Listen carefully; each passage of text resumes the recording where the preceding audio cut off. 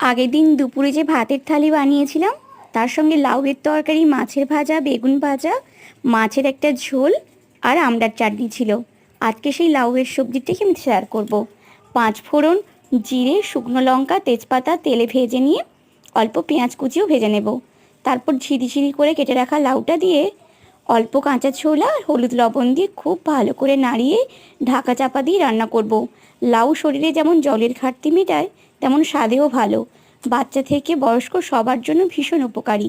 দেব অল্প একটু জিরে বাটা, মাখো মাখো করে হয়ে গেলে ওপর থেকে ধনে পাতা একটু ছড়াবো। প্রয়োজন হলে অল্প 2-4 দানা চিনির দানাও দিতে পারো। ভীষণ উপকারী এই লাউ। লাউয়ের যে কোনো সবজি স্বাস্থ্যের জন্য ভীষণ উপকারী। শেষ পাতে খাওয়ার জন্য আমি একটু আমড়ার চাটনিও বেরোছিলাম। ভাতের থালিটার সঙ্গে পুকুরের একটা জ্যান্ত মাছ ছিল, তার অল্প ঝোলও হয়েছিল। ভাতের থালিটা কেমন লাগলো অবশ্যই জানিও।